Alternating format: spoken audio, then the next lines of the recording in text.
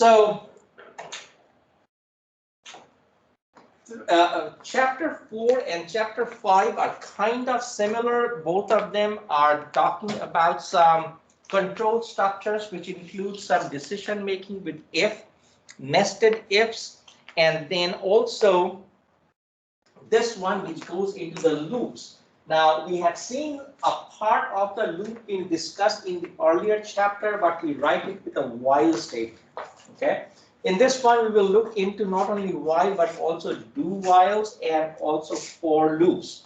And again, you will still see the use of objects and how you can write or use these constructs like loops and if else statements with those objects. So that's why I kind of combine these two things together. And when I open the week, you will probably see that this week is going to have two chapters, 4 and 5. And you're going to have two quizzes from each chapter. And your assignment is going to be that creative assignment that I was initially describing, that you have to go back and see what is it that you have learned with your if and for, and come up with a problem which you're writing a solution. Now again, generally I get a lot of questions from students. I have created a little video for that. Reach out and we can go from there. You can even go back and look at the programs that he had written earlier. See if you can take something like this and then start adding or manipulating a little more by adding some of the loops and some of the conditions in those programs. That is still acceptable. That is still okay if you think that I cannot come up with a completely new program, but we'll discuss more about that. All right. So we will look into the more programming constructs with for and do whiles. We'll call those things called the counter control iterations. And we'll also look into the ands and ors, when you have two ands or a condition with an and, condition with an or. So how do you look into the logic of those? So, but these are the main things that we will cover: the for, the do while, the switch, and also the break. So let's go through and look at some examples. Okay, so let's get some of the terms out of the way. When we call a control variable, it's called the loop counter. You have an initial value. We also would increment the loop continuation condition. So let's take a look and see how it's written. So I'm writing a class called while counter. Now remember, these are just names that I'm coming up with. Okay, it really does not have any meaning as such, but you call it a class counter or while counter. Inside that, you have a public static void main method, which tells me that this application can stand on its own and also can be compiled and run because you have the main method. The previous one that you have done, where you have a class and you have another class with the object, and that is the one that uses the main method. However, the object actually uses some of the methods from that other class that we have defined. So there are technically two programs. You can put in all one, or you can keep them separate. So let's take a look. I initialize my counter at 1. Okay, and then I write a while statement. Counter, again, remember, it's 1. So it's 1 less than 10. System out print line, %d, remember, not print line, it's printf. That's an integer, comma, the value that it's trying to print. So at one first point, it's going to say 1. Right? And then it's going to go back, it's going to add 1 to the counter, becomes 2. It's going to check my counter again. Is 2 less than 10? Yes. It's going to print 2, and then counter is 2. Right? So it keeps on going until I write 1, 2, 3, 4, 5, all the way up to 10. So it goes all the way up to 10, and at that point, the counter, this value becomes false, so it cannot go inside anymore. It's a system out print line, so that's why you see the little space over here because of this print line right here. Yes. So when it has plus plus counter, it increments by 1. That's universal. Okay. You can say plus 2 counter. Okay. So that way it's going to go 1, 3, 5, 7 plus 7. So 1, 7, and then. Okay. So this plus plus generally goes it by 1, but it does not necessarily have to go by 1. You have the option of changing it to anything. So if you say counter equals counter plus 5, it's going to increment by 5. Okay. Right? All right. Now, take this one. You see the output over here? What can I do to change my output, which goes from 1, 2, 3, 4, 5, 6?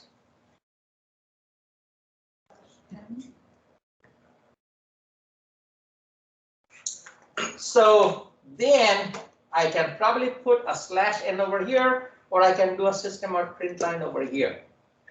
Either one is going to come in, print, counter, and then increment my counter, but every time it goes with a /n, it's going to go next line, okay? All right. Now, I can write the same thing, and again, we already discussed this, and write it like this. Same exact thing. Okay, but look what happens here. So this one I call it a for counter, my main method.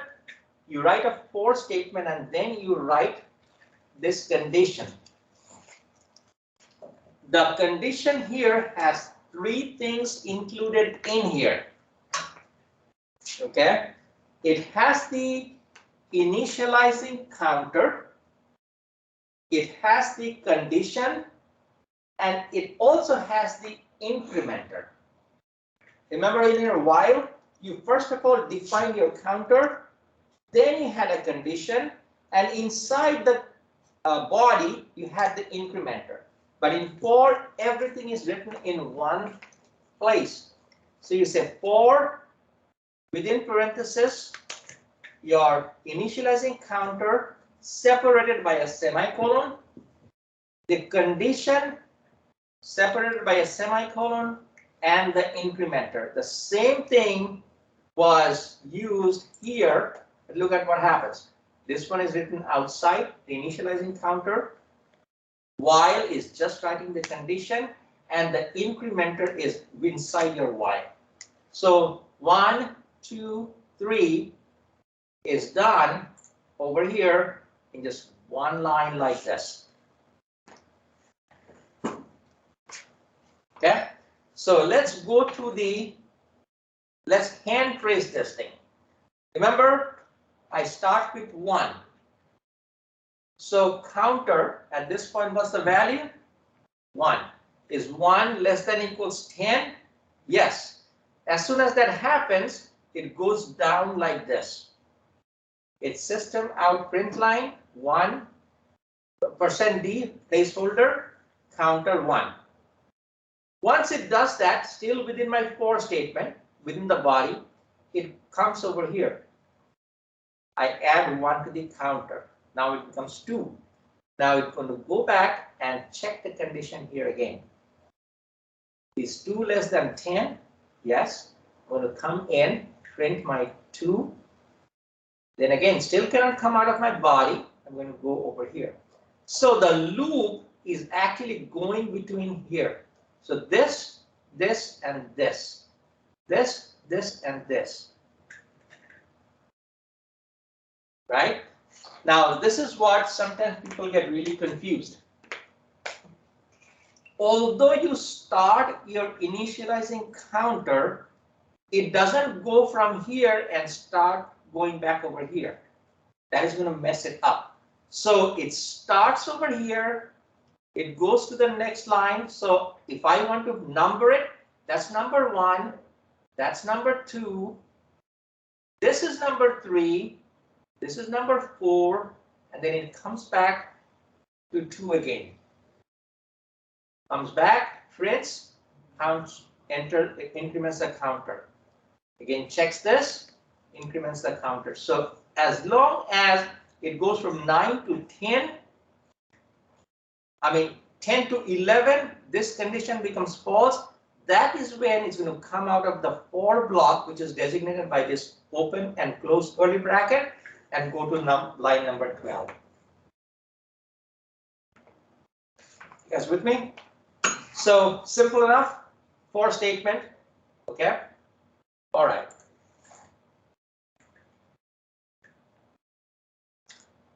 So it explains basically what it's doing. Counter, condition, increment. And these are things that you need to pay close attention because there's going to be a lot of questions there. So they're going to show the similarity with the while, which I already did.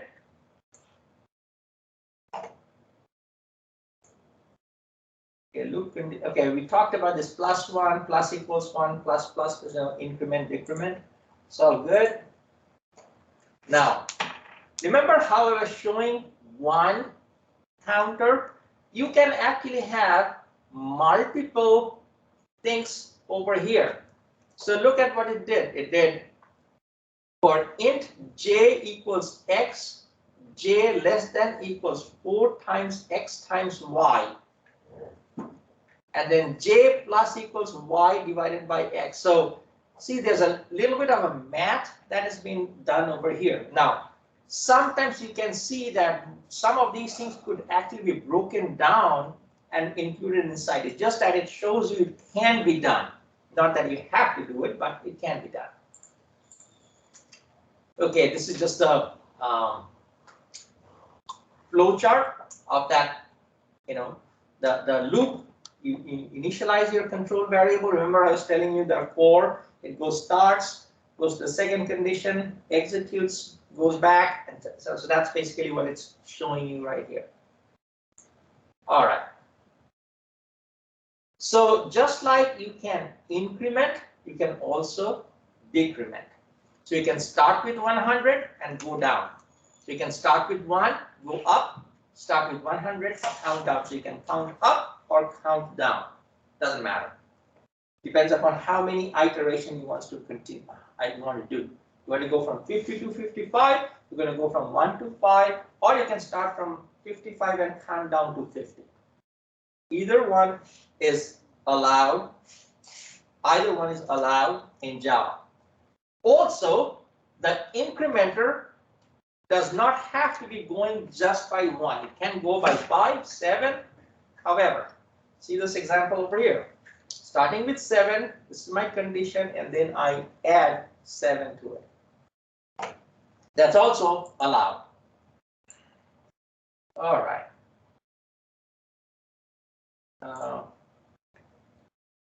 Another example over here. I start with 2 less than 20, add my number. Now, and then I come out and print my total. So in this case, I'm not printing the individual numbers.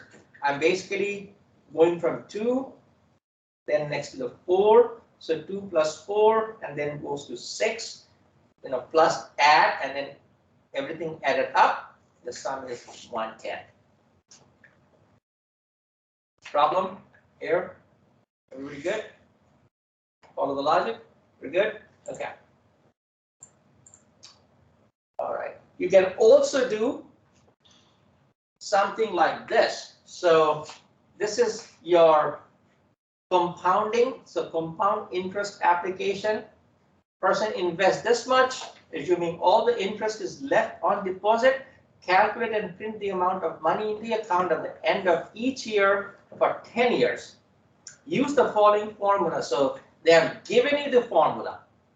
A equals P principals times 1 plus R to the power n, where P is the original amount, R is the annual interest rate, n is the number of years, and A is the amount of deposit at the end of the 9th year.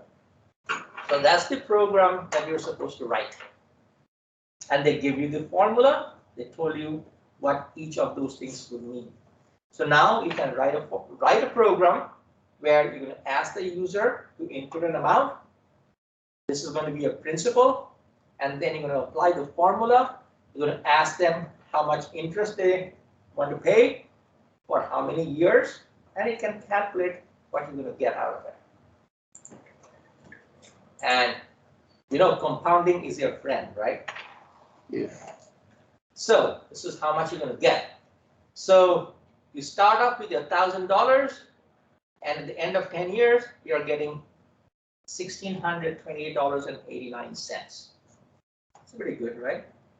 You don't work at all, just put $1,000 in. After 10 years, you get $600 back on top of it.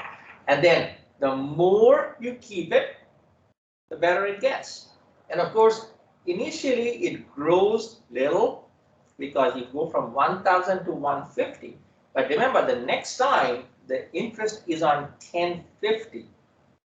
Next time it's on 1102. So it really starts growing quickly if you keep it longer. So towards the end, if that, you know, if this is 100,000, and you can really see a big difference. Okay. So now this is the part about formatting. Okay. Left justified, you know, this minus 20th, and this is something that we have learned in Python. Remember, they have that a left justified is the less than, the right justified is right, and then the one that is what do you call that? This was the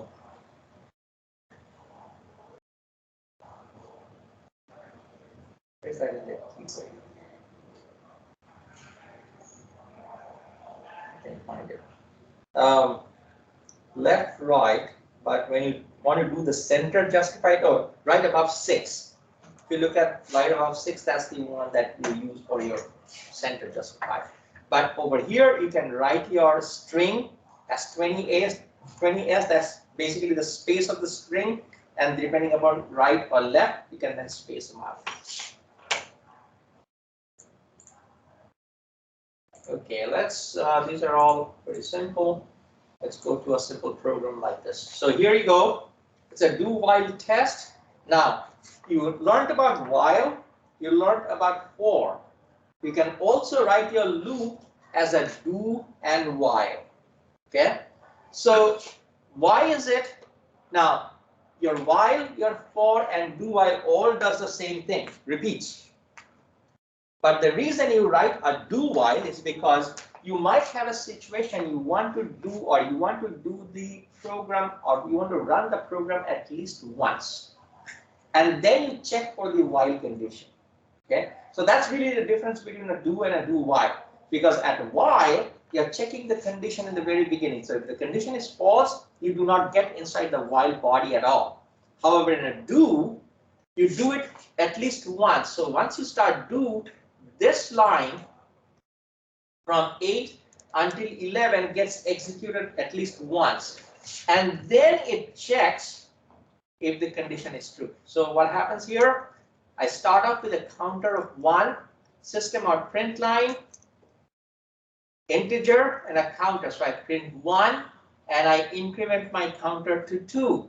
And then I check, is my counter 2 less than 10? Yes, I'm going to go inside, again, print my counter, increment my counter. So the do happens at least once. If I start off with, let's say, 10.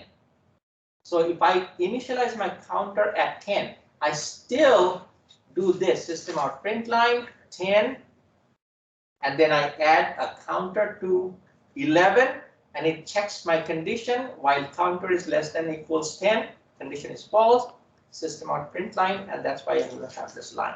So if I start with 10, I'm going to get only one output, which is 10, and then it's not going to execute anymore.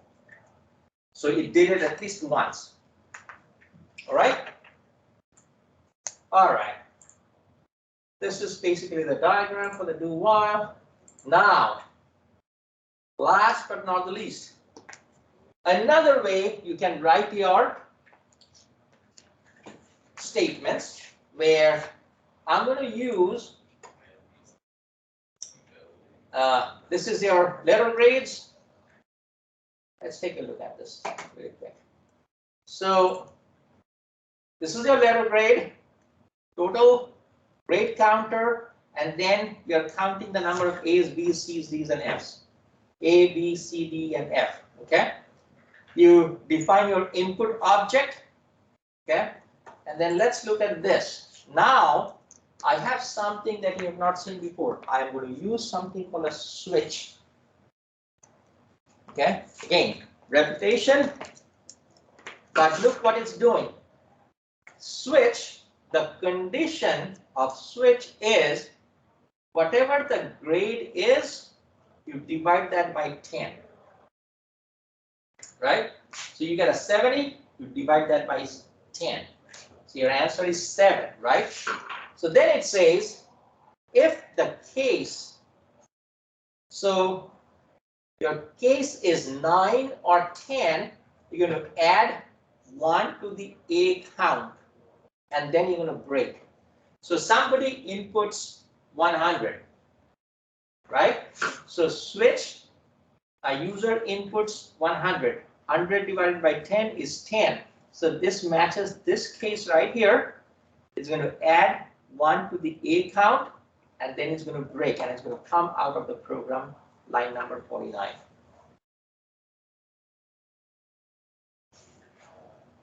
Correct? You input the value 45. What happens? Well, it's going to be 45 divided by 10, 4.5 or 4, right? If it's an integer. So does the case matches 9, 10? No. 8, no. 7, no. 6, no. Then it says default. So it doesn't catch any of these cases. So then it defaults to count and break.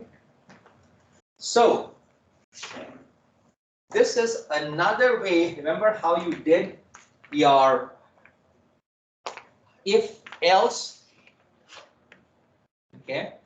So you can write something like a condition with a switch where you are checking for these things. So since 9 and 10 both are going to be considered as an A, that's why you put in cases 9 and 10. So the syntax over here is you write a switch, it's a special word or a reserved word.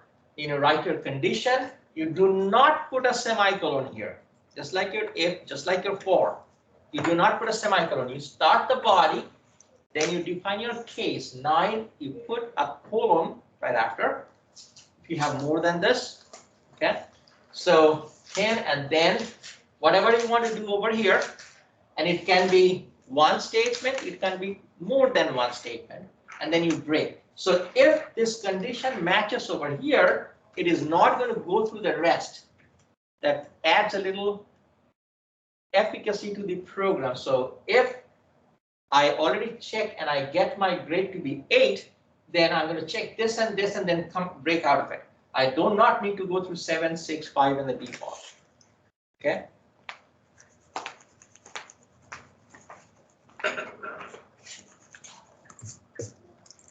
Okay. So this is what I get.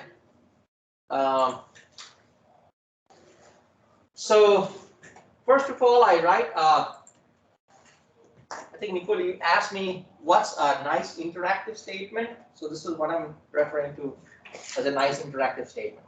System out print line,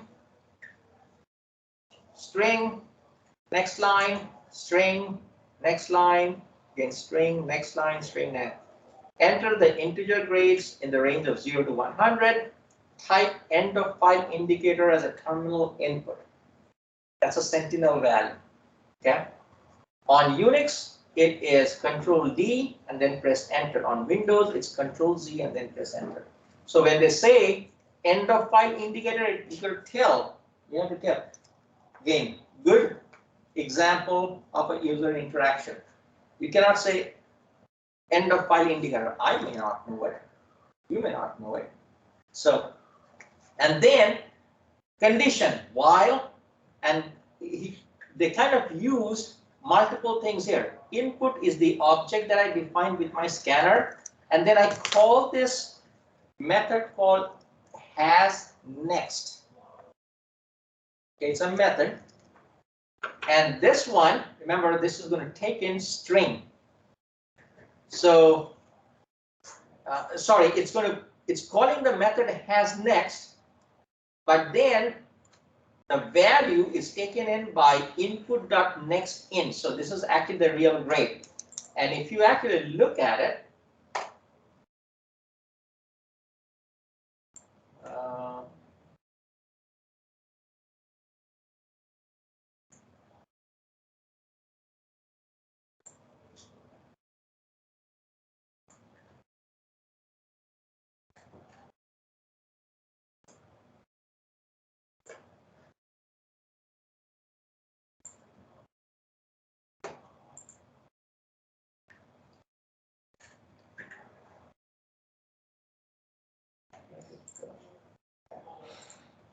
here we go. So, oh, we're not looking at this one. Okay. So this one is a has next method. So it's looking to see if you want to input any more. And this actually goes with, remember you said the end of file indicator, which is your Control Z for Unix and a Control D for Windows. So it can identify if you're doing a Control Z or a Control D. If you don't, then it wants to keep going. Okay. So here's your case. And it says, again, my case is, if it is a 9 or a 10, I'm going to come back and do this. So, and then you do a system.println, grade report. While your grade counter is not equal 0, then you calculate your average, and then you can output this, which says A count B. So how many A's and B's that you got? So and then with an else.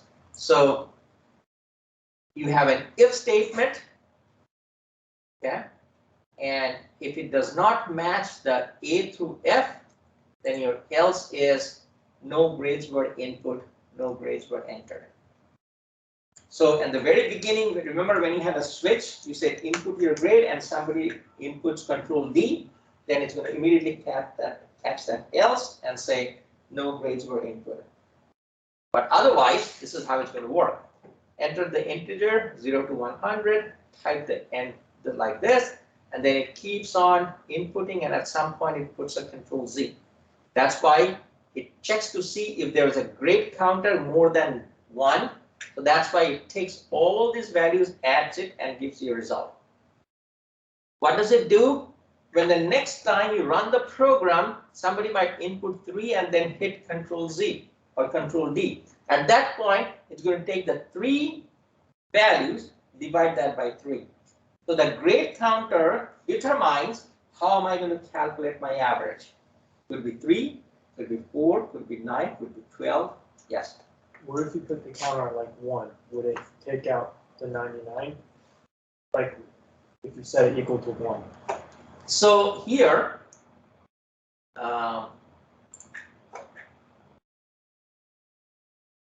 so over here, you are, every time you are inputting a value, you're adding a grade counter.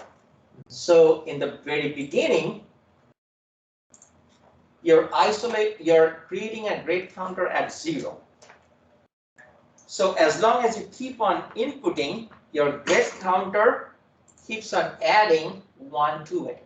So as soon as you input a value, 99, then it adds 1 to the grade counter. It checks to see if it has next, which means after 99, did you press Control Z or Control D? If not, you input another number, 55. Now my grade counter becomes 0. Now, becomes 2.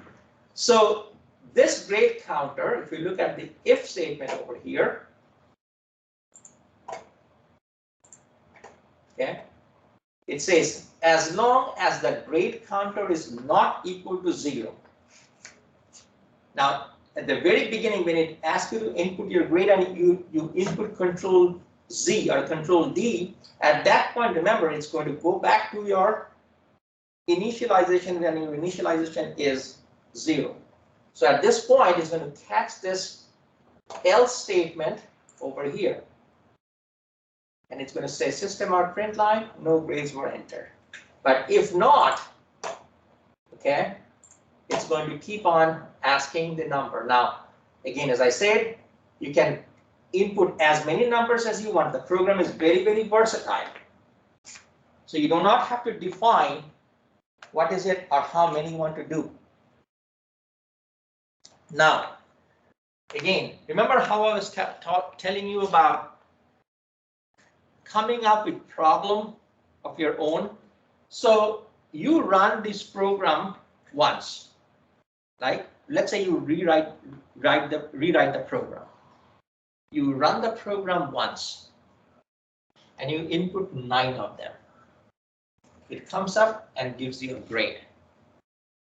The program ends, right? But you want to say, you know, I don't want to end the program. I want to have the program ask the user, do you want to input other grades? So yeah, you're going to come back and run the program again. This time you input 3 and you hit Control Z. It gives you the total, it ends, and then it asks you, do you want to run the program one more time? I said, yeah. So now the whole program needs to be put inside a loop.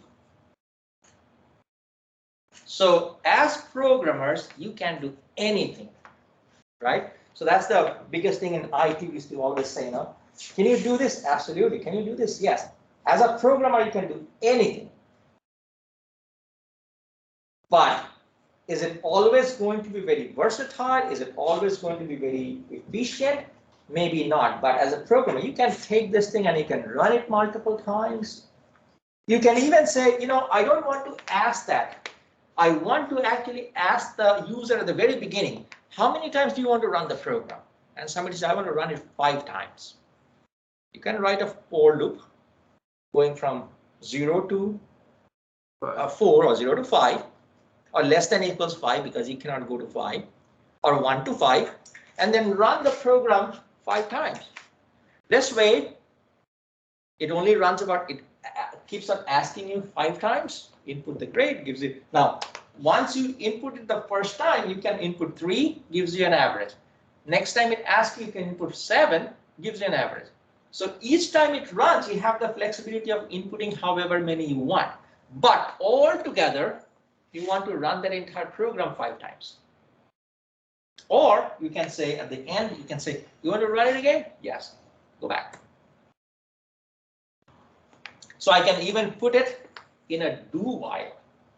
So I run it once, the whole program within a do, and then I check my condition. I ask, you want to run it again? Yes. While my answer is yes, I'm going to go back. Start from the beginning again.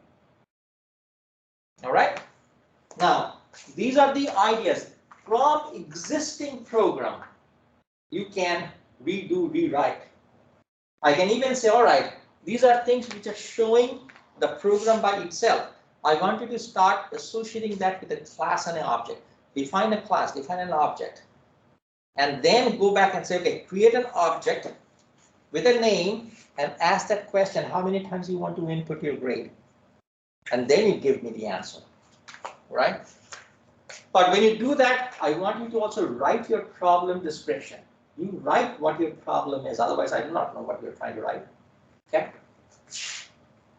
All right. So grade report. I think we're good here. Breaks, telling you, when you're doing a switch, basically break would allow you to come out of the program without running it, through the entire process. And switch.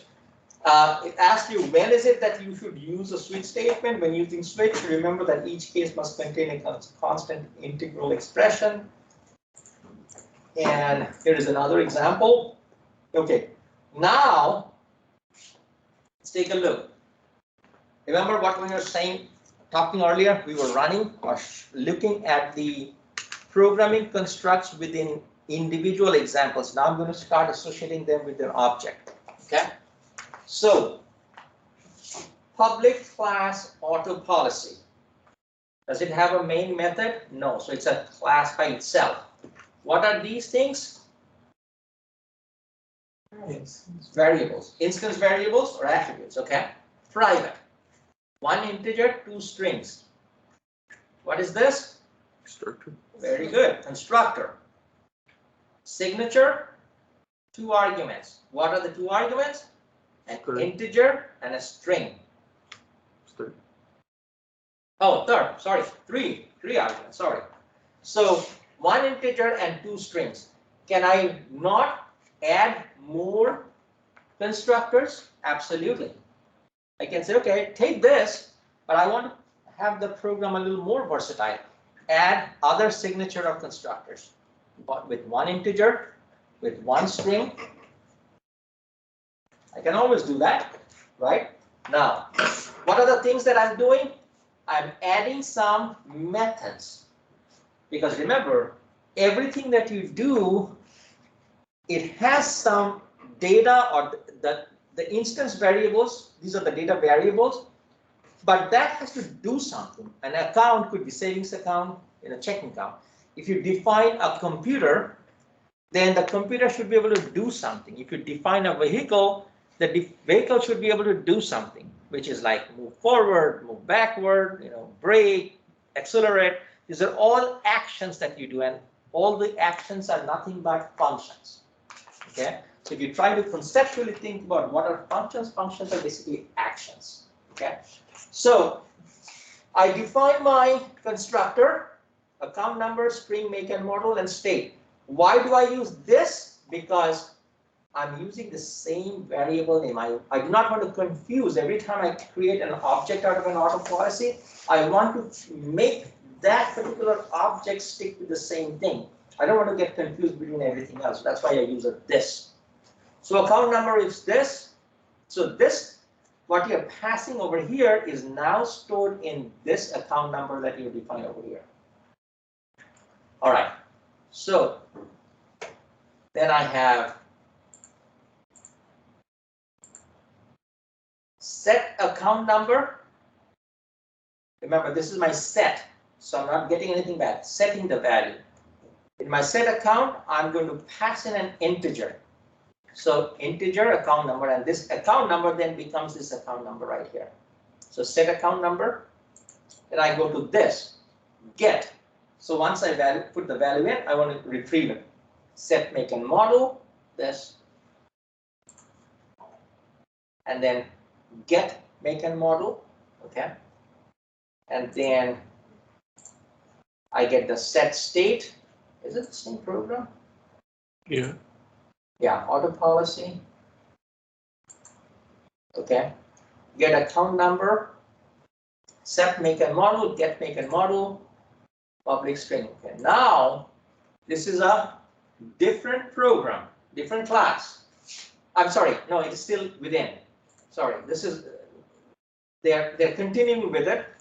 In this one now, you're defining a new method called public boolean is no false state. This is a method that you are creating. So in Java, just like Python, you can have methods that you can call from the library, or you can write your own. You don't have to always depend on them. If you say, I want to write my own, that's fine. So what am I writing? I'm writing a method and I'm calling it is no false state. What is it returning? A Boolean value, which means a true or a false, right? It's public. I define my initial Boolean to be no false state, okay?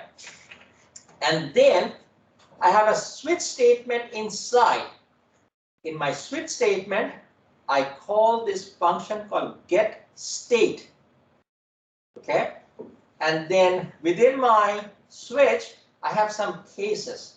So as long as the state is MA is Massachusetts, Yeah. New Jersey, New York, Pennsylvania, then this no false state is associated with the true. Remember, if you go back in chapter 1, I think, remember when we talked about what are some of the default values of an integer? The Boolean, remember that Boolean default value is false. Okay, so I start with a no false state, which is a false, but I'm going to change this thing. If I encounter any of these cases, then I'm going to make this no false state to be true. And then I would break. Otherwise, if somebody inputs anything, any state, Florida, then it becomes false. Break. Okay? And then, remember, it's a Boolean, you have to return. So what are you returning?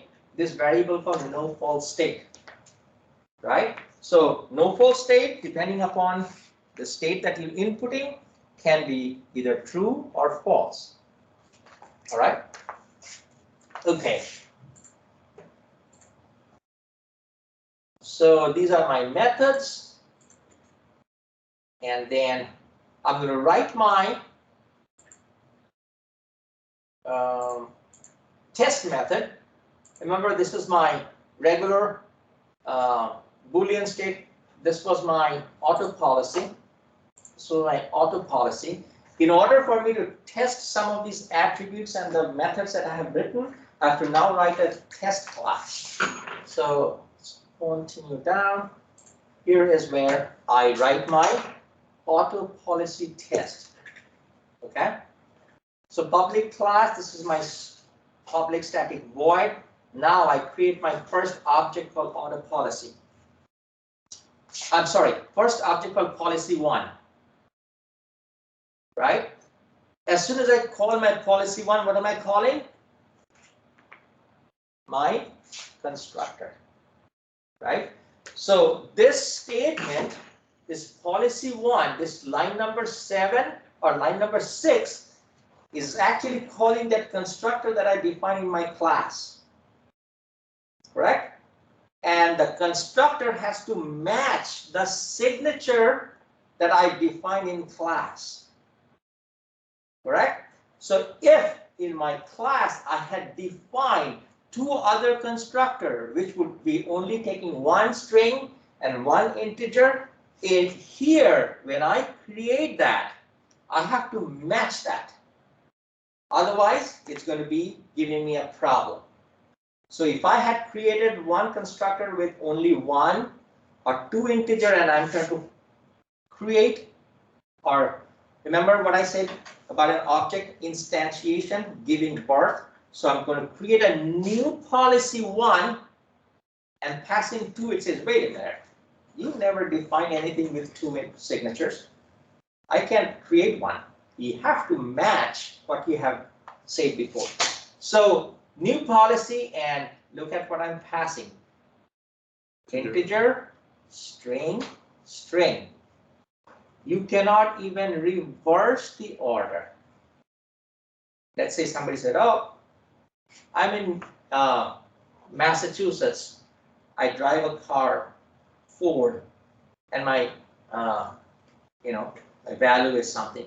If I want to change this thing, put a string here, put my integer here, it's going to give me an error. It says, no, cannot do that. Yes. So long as the order stays intact, no matter what they put in here for values that are requested, it will be okay? It will be, as long as the order is correct. Now, let me ask you this. You see these 2 things? What are these? Abbreviations for state. For what? Abbreviations for state. String, no, but what are these data types? Oh, it's a string. String, right? So your signature says an integer, a string, and a string. Now, somebody creates an object and flips it, put in ME and Ford Fusion here. What happens? It'll still go through. It will still go through, but the program is not going to identify it, because remember, computers are dumb. They are not smart like you. Said, oh, no, actually what you mean by ME is the next one. No, you have to do it in the right order. Otherwise, it's not going to do it. Yes. So later on, I'm guessing we're going to learn how to set character limits or something like that to In prevent this? In this? that? Yeah. So Oh, if sure. that had a character limit, like that third one, Mhm.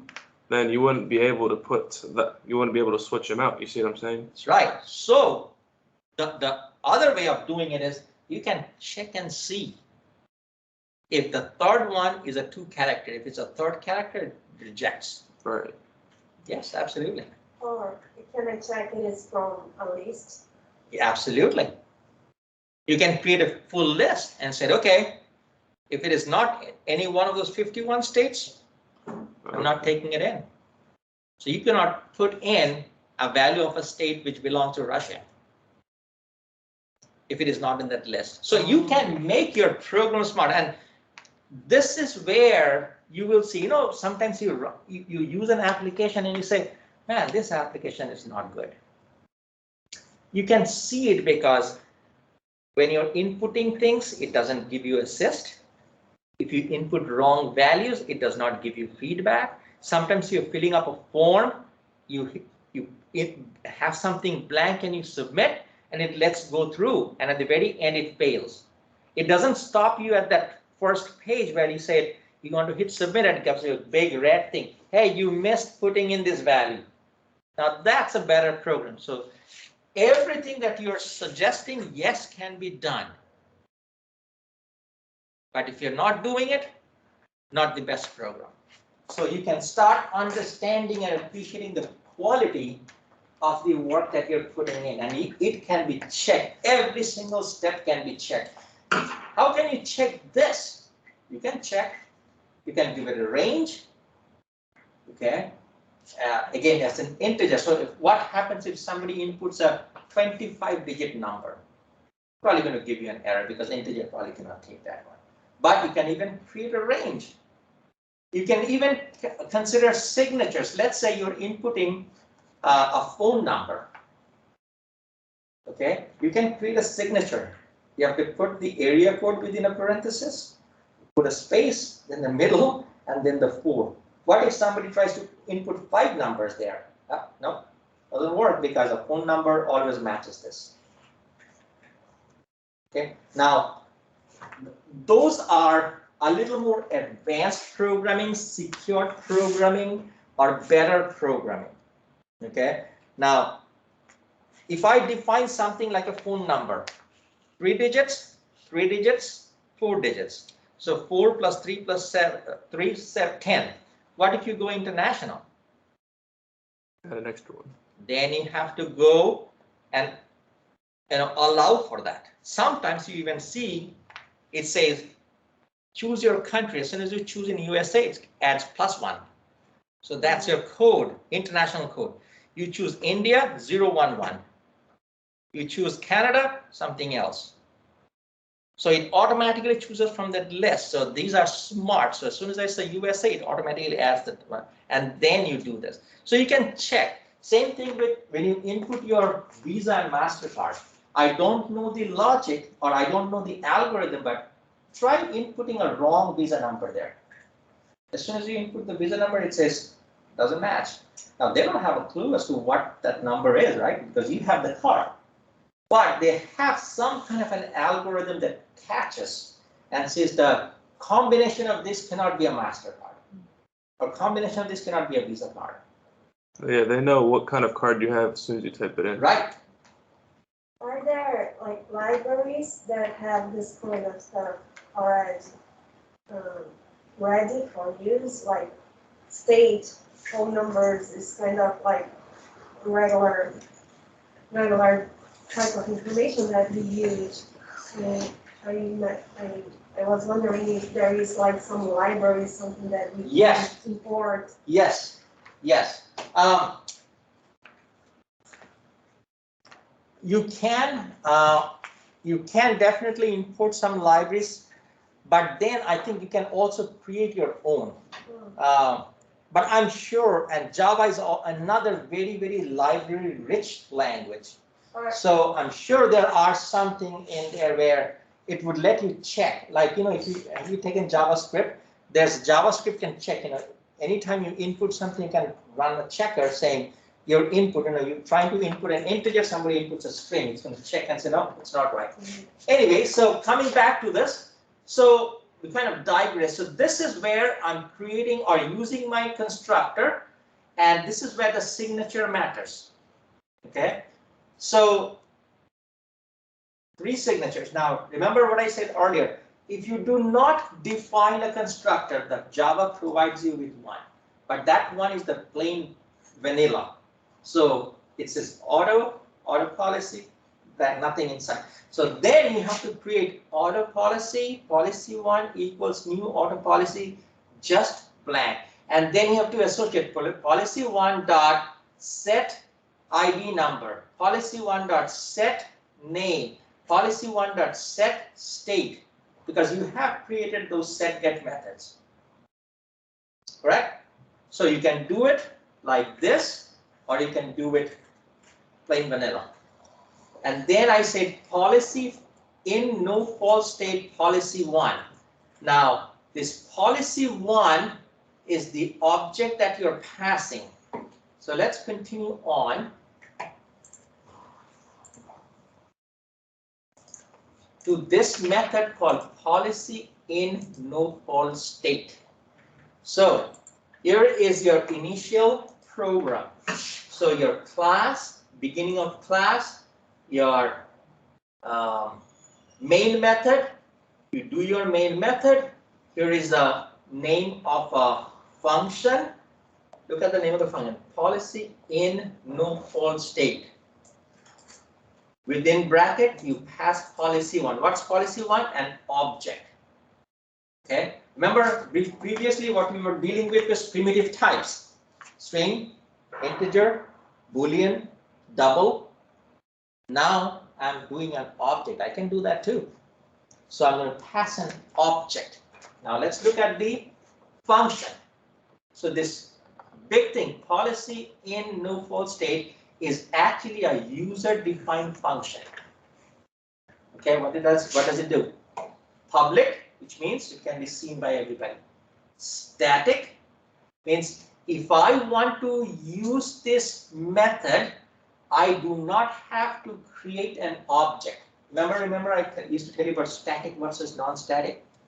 So in static, you don't have to create an object. Remember, public static void main. In main, you can use that main method in any way. You don't have to create a separate object for that. So that is what static means. Whereas non-static is where you define public set get or set account number. You create an object called policy1 and then you associate that object, policy1 dot set object. Okay, that is why in the very beginning I said don't worry about static and non-static. You'll do enough to start associating the static versus non-static. So basically it's saying is this can be called by anybody. So what I'm saying now, look at another thing. It says static. It doesn't need to be established with an object. However, you can associate that with it. So I said public static void main, this big policy full state, and now look at this auto policy. What is this? This is a data type, right? What kind of a data type? Of a certain class, and this is the one that you defined earlier. Remember that class called auto policy? So this is the data type, just like your string. You said string name or integer number or double value. So I'm going to call it the data type, which is the class, and then policy is just a variable name. And then I say system out print line, the auto policy, system out print f, account number, integer, and then car, string, and then a new line, state, and then a string, and then a no false state, a new line, and a new line. And then this policy that I just passed, you're going to associate that policy with get account number policy with get make and model, policy with get state. And then it writes policy dot, and this is another method, is no fault state, is not. Remember, so this is my condition. If the condition is true, it says yes, is. If the condition is false, it says is not. So the answer, when you run the program, it says the auto policy, account number, this car, Toyota Camry, semicolon, new line, comes to state, New Jersey is a no fault state. Auto policy, account number this, card fusion, new line comes, next line, state, what is ME? What state is it?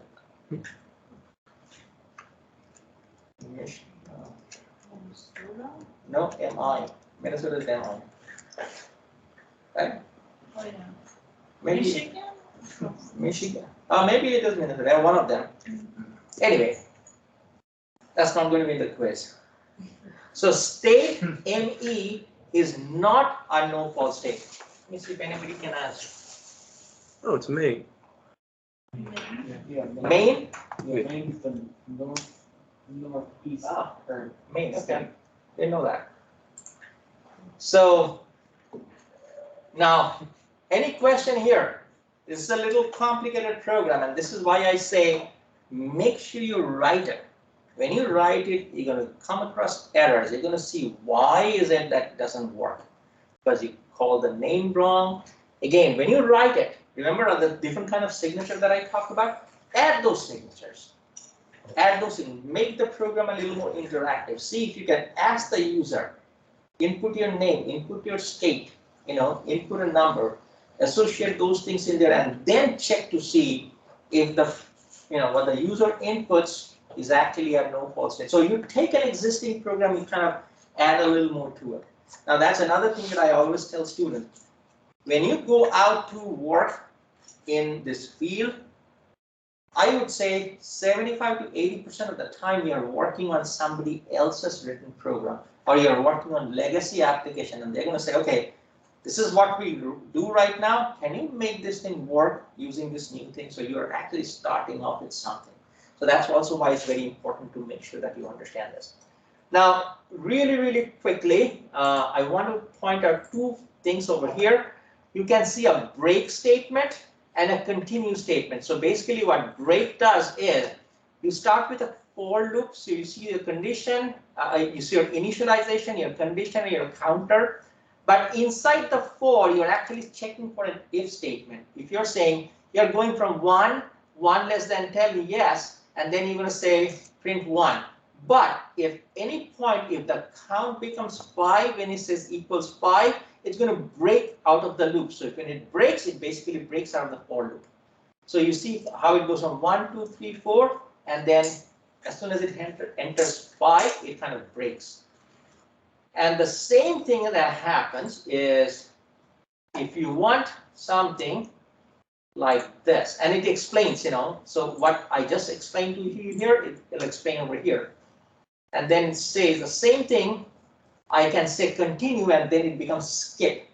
So what happens is you can go to count 1 less than 10, yes, comes inside, it doesn't match this, so system out print on 1, printf 1, then 2, 3, 4, as soon as it becomes 5, look what happens. As soon as it says 5, it continues. So it says skip the remaining code in the loop body if the code is 5. So then it's going to go to 6 again. So then goes back to 6 less than 10, yes, counter. So that's why when you see the output 1, 2, 3, 4, 1, 2, 3, 4, 5, it skips again 6 to 10. So break and continue, that's how you can use them, okay? All right, and I think it kind of gives you more examples. And now we talked about this already, and you have seen this thing in COP 1000 as well. When you do an and, both condition has to be true. When you do an or, either condition has to be true. And this is the same thing that you have seen in Python, okay? So I don't need to go over this. With an and, With an or, one of the condition could be true, whereas with an and, both condition has to be false. So this is an example of a logical operator, and basically shows you what they're doing. So when you do an and, if you have a false and a false, it's always a false. Okay, both of the condition has to be false, whereas with an or, one of them could be. So it gives you the output, gives you the operators, structured programming, gives you some example, sequence, selection. So know the difference. You have a selection, you can have an if statement, and then you have this. This is a repetition, while, do, while, for, and I think that's pretty much it. More examples, but now again we go to the GUI scene builder. Again, I'm not doing this one, so I'm kind of stopping right over here. But again, go through it. You might see some questions, general questions in the quiz, but in our programs, we will not do it. Now, another thing, I do have a little lecture. Your next assignment, which is your assignment 4, I have not given you. I did not say, write a Java program which does this. I said, you have gone through chapter 4 and 5. You have seen the if condition and loop conditions and repetitions. I want you to be creative and come up with a problem and then provide a solution. For example, you can, and that's why I was giving you those examples. As example, go through, look at the ones that the book has done. Don't give me the exact same thing. Take it and say, okay, this is what the program was doing, but I now modified it and this is what it's going to do now. So you have a starting point. All right. All right. Well, thank you much. I'll see you guys next week.